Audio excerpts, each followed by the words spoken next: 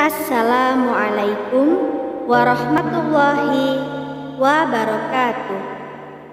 Syukur alhamdulillah atas rahmat Allah Subhanahu wa ta'ala, kita berjumpa lagi di channel Surga Wanita.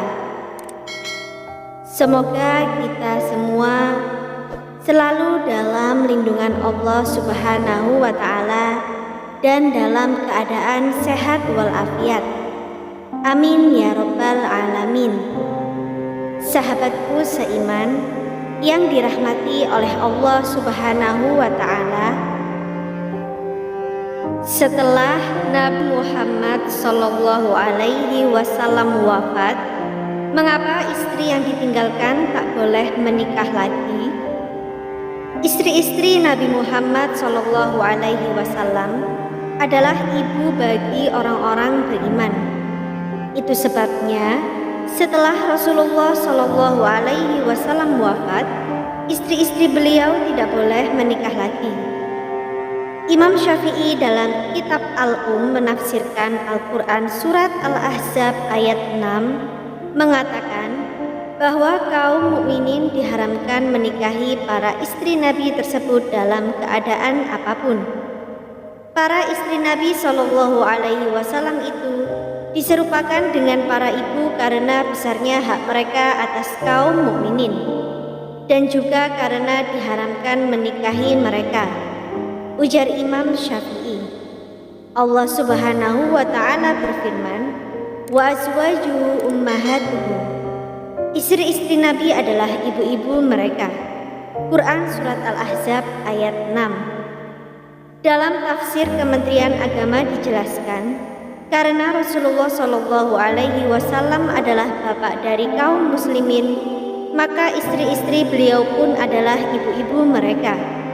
Maksudnya ialah menempati kedudukan ibu dalam kewajiban memuliakan dan menghormatinya dan haram menikahinya. Adapun dalam hal yang lain seperti hubungan waris mewarisi, hukum melihat auratnya atau berhalwat dengannya sama hukumnya dengan perempuan lain yang tidak memiliki hubungan mahram. Sementara itu, Ibnu Jarir dalam kitab Jami'ul Bayan mengutip Qatadah menyebutkan dengan kedudukan tersebut Allah Subhanahu wa ta'ala mengagungkan hak-hak mereka. Ibnu Abi Hatim meriwayatkan dari Qatadah sebagaimana disebutkan oleh Imam Suyuti dalam Ad-Durrul Mansur mengatakan, maksudnya ibu-ibu mereka dari sisi haramnya seorang mukmin menikahi salah seorang istri Nabi Shallallahu Alaihi Wasallam, baik tatkala beliau masih hidup bila beliau telah mentalaknya atau setelah beliau wafat. Mereka haram untuk dinikahi seperti haramnya menikahi ibu kandung sendiri. Ibnu Jarir juga meriwayatkan dari Ibnu Zaid mengenai makna ayat di atas, bahwa maksudnya adalah mereka haram dinikahi oleh orang-orang mukmin. Ibnu Jarir At-Tabari mengatakan, keharaman istri-istri Nabi sama seperti keharaman ibu kandung mereka, yang mana istri-istri Nabi diharamkan untuk dinikahi setelah beliau wafat, sebagaimana diharamkan menikahi ibu-ibu kandung. Imam Al-Qurtubi dalam kitab Al-Jami' li Ahkamil Quran juga mengatakan, maksud ayat tersebut adalah wajibnya memuliakan, mengagungkan, serta haramnya kaum lelaki mukminin menikahi mereka atau ummahatul mukminin. Namun, tetap wajib menutup hijab mereka. Berbeda dengan ibu kandung, tidak perlu ada hijab ketika bertemu dengan anak kandungnya. Ada juga yang mengatakan, karena kasih sayang ummahatul mukminin kepada kaum mukminin itu sama seperti kasih sayang ibu kandung kepada anak-anaknya, maka mereka diposisikan sebagai ibu bagi kaum mukminin. Namun, kedudukan mereka sebagai ibu ini tidak berkonsekuensi saling mewarisi sebagaimana ibu kandung.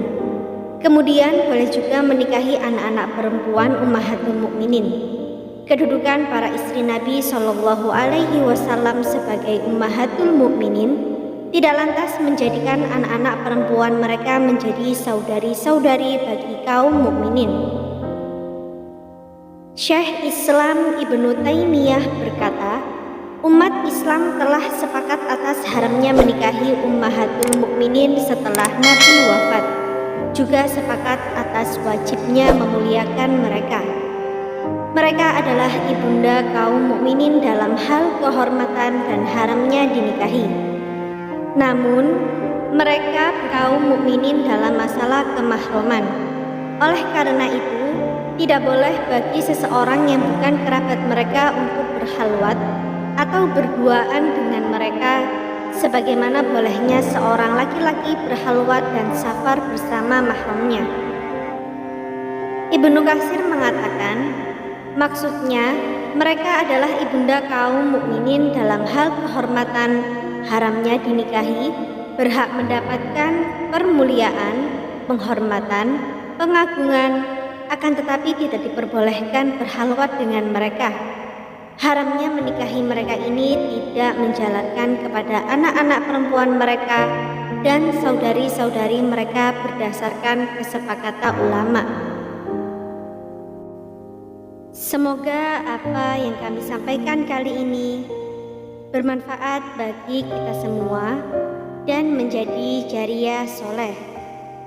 Jangan lupa untuk menekan tombol like dan subscribe serta nyalakan lonceng notifikasinya agar Anda tidak ketinggalan video terbaru dari Surga Wanita. Sekian dan terima kasih banyak. Wassalamualaikum warahmatullahi wabarakatuh.